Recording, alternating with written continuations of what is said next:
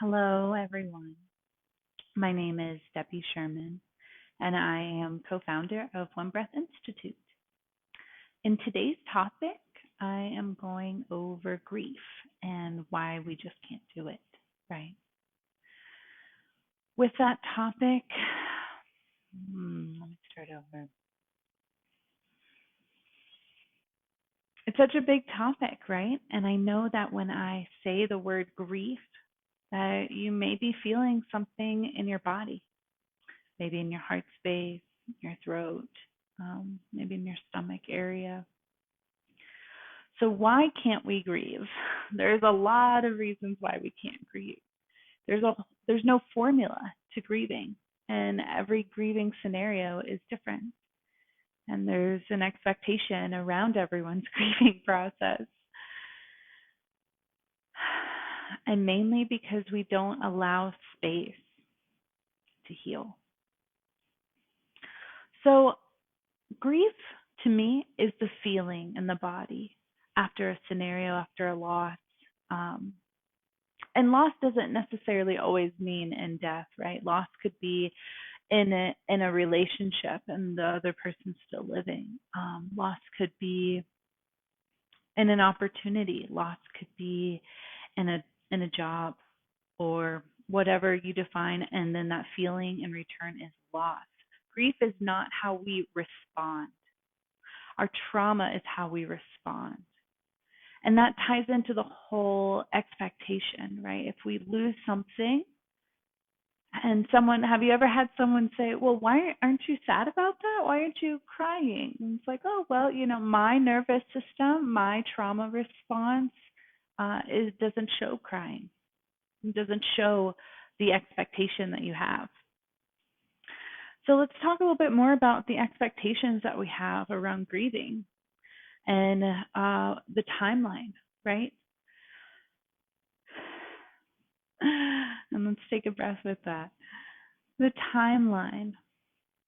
You can grieve any time in your life, and it does not have to be immediate. If you're the type of person that is experiencing grief and you have to put it on hold, right? You have to put it on hold because your job needs you, your family needs you, you need you, right? You may not be ready to deal with that loss. Your trauma response may not be ready to deal with the loss in the present moment, and that is okay. That is okay. I would advise one and encourage one to just breathe into it so it doesn't stay in the back burner too long, right? So it just doesn't stay back here.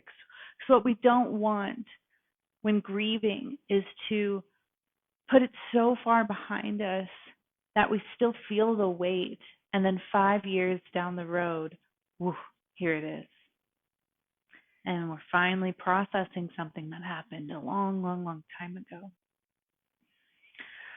So timelines, giving ourselves permission in the moment to feel and experience the grief, even just the slightest bit.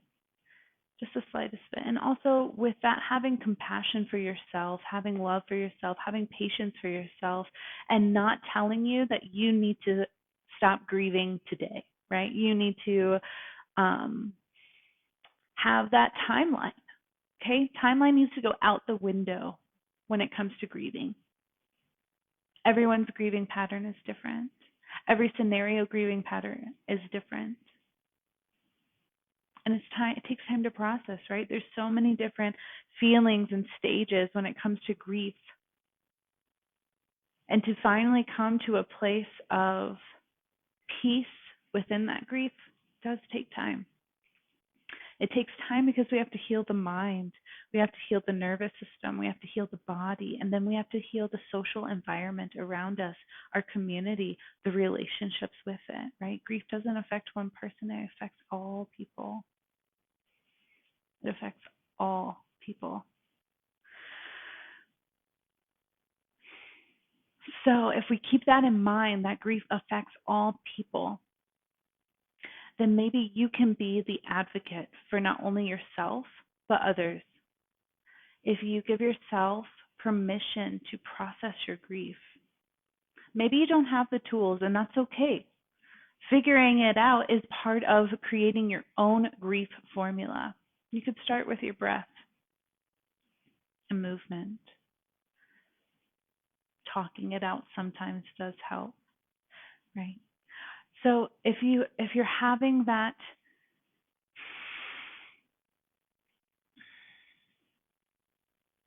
you know what, let's just get real. I am so tired of people saying, "Oh, it's okay. They're better off," or, "They lived a really good life," or "You should be happy. Your life's going to be better now," right? All of these responses when it comes to someone else's grieving needs to stop. It just needs to stop completely, because at the end of the day, the feeling is still there.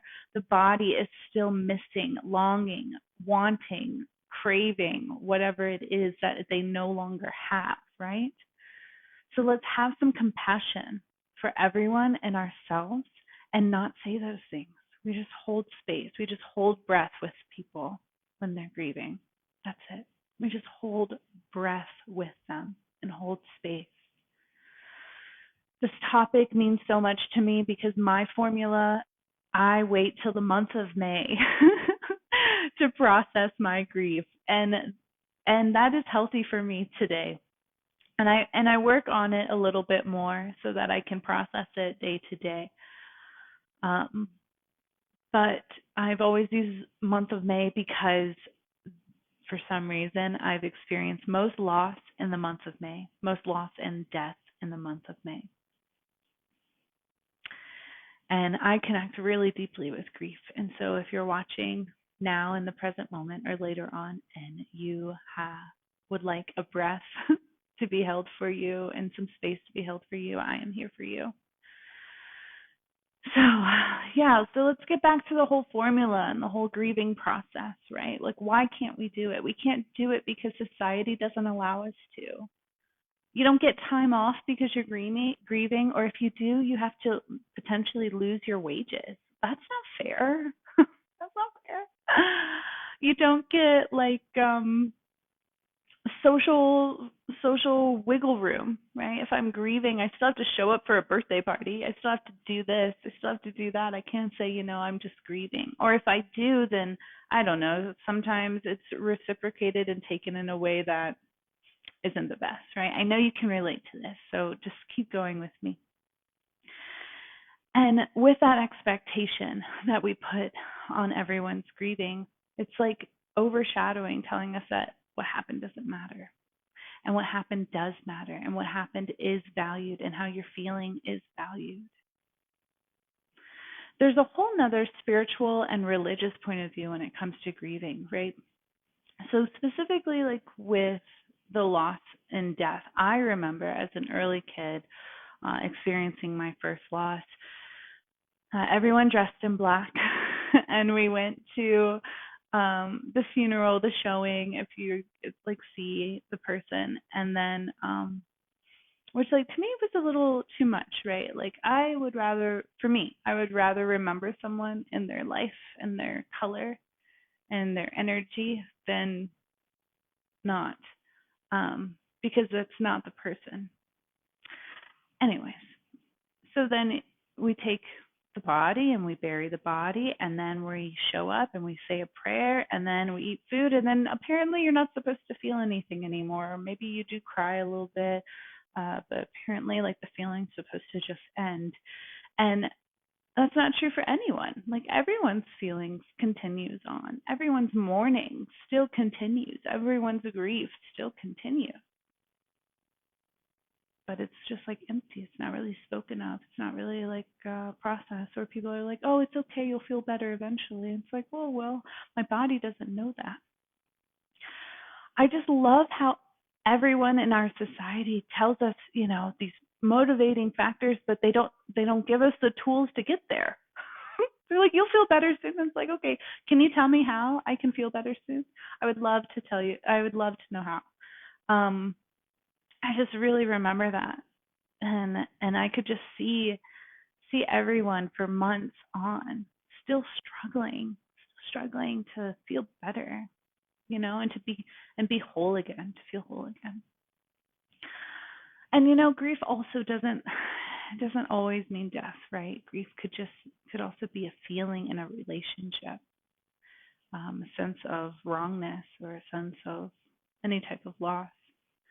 And so, what's important that I want to leave in this conversation, because there's so many things, right, to talk about grief. Is that it's a feeling, and how you respond is natural for you with every scenario, and how we respond is our trauma response.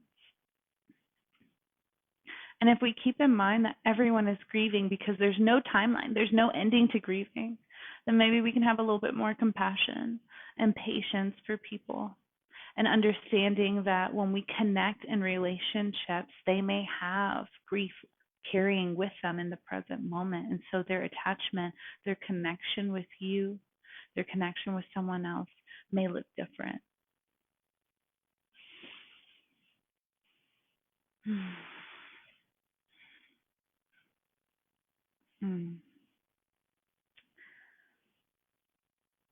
So I'm going to sit for a second and just think about if anything else wants to come through about our grief topic today.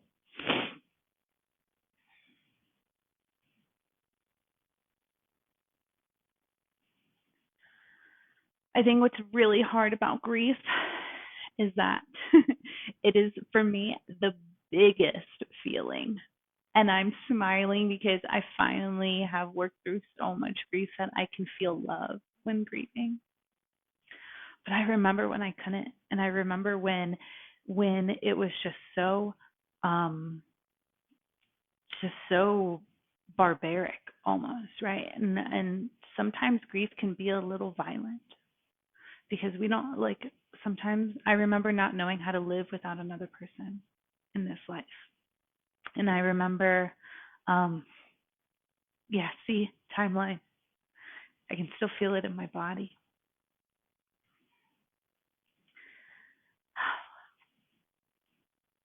But so forgiveness for the pain and the suffering that I am still enduring, because I can take time and I can take the opportunity to really open up all that grief has in me and really work it through. Grief is such a powerful feeling. And it comes with so many things. And sometimes grief shatters. It shatters our perspectives. It shatters our religious views. It shatters our social views. It shatters our humanitarian views, right? Grief comes with a lot of change, a lot of growth. And that's why it's always there. Even if in the moment you're like, oh, I thought I was over that. Not really. And that's okay. That's okay, because it's still changing us. And I think that's the beauty about it, right? That's the beauty about grief, because there's so much love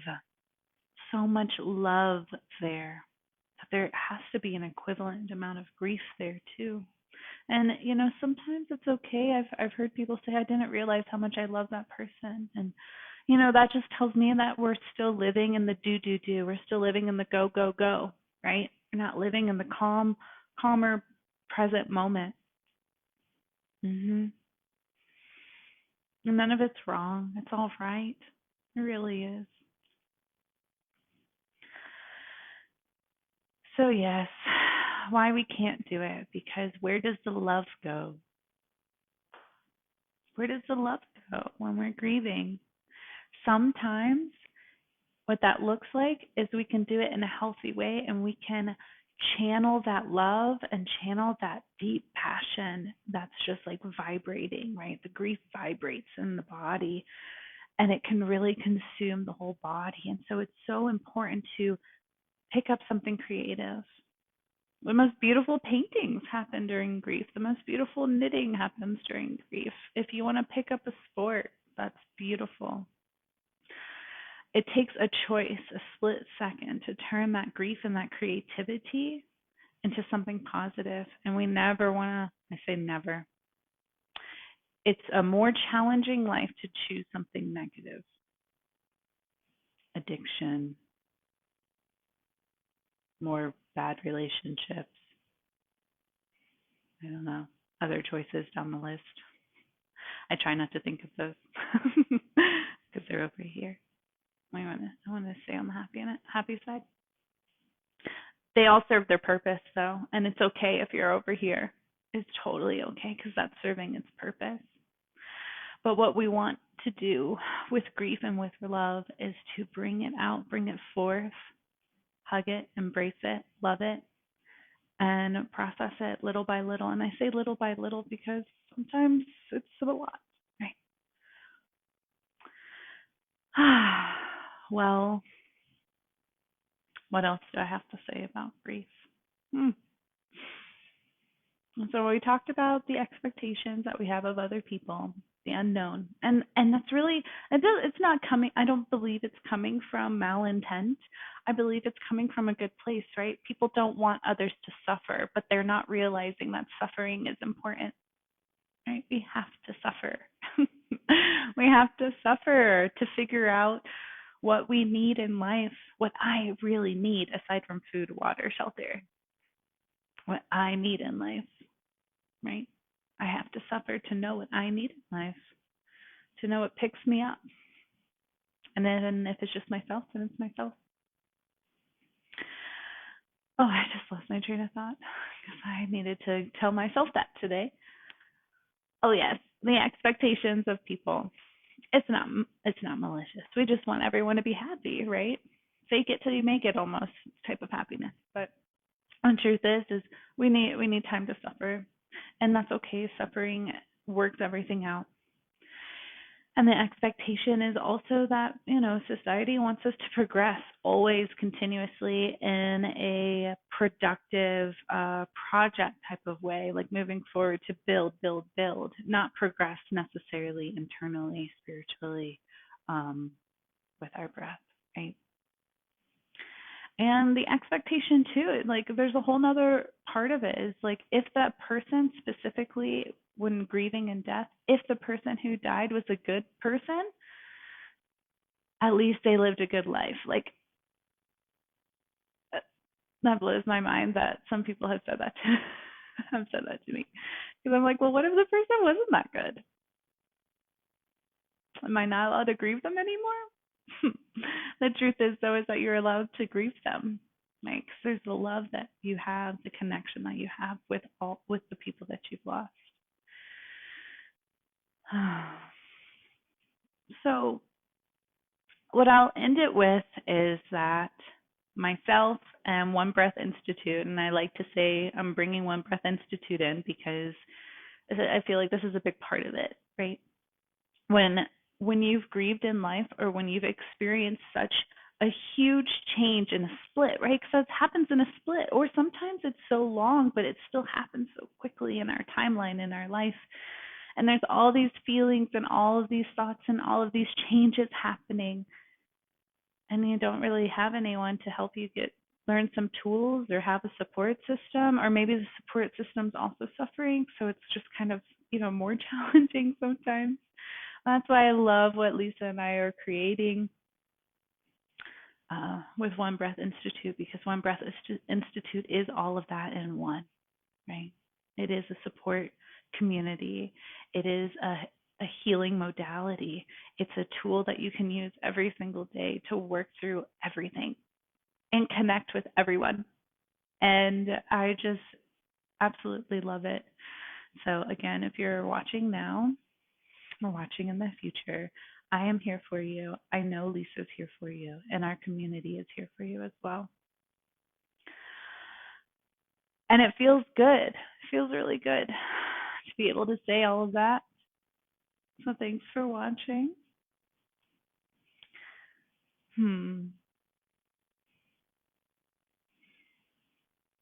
I hope in my mind that it comes out more clearly than the puzzle pieces that I have when I talk about different things. Maybe it's because I think people show up at different times, and then I can pull. So thank you all so much. Till next time.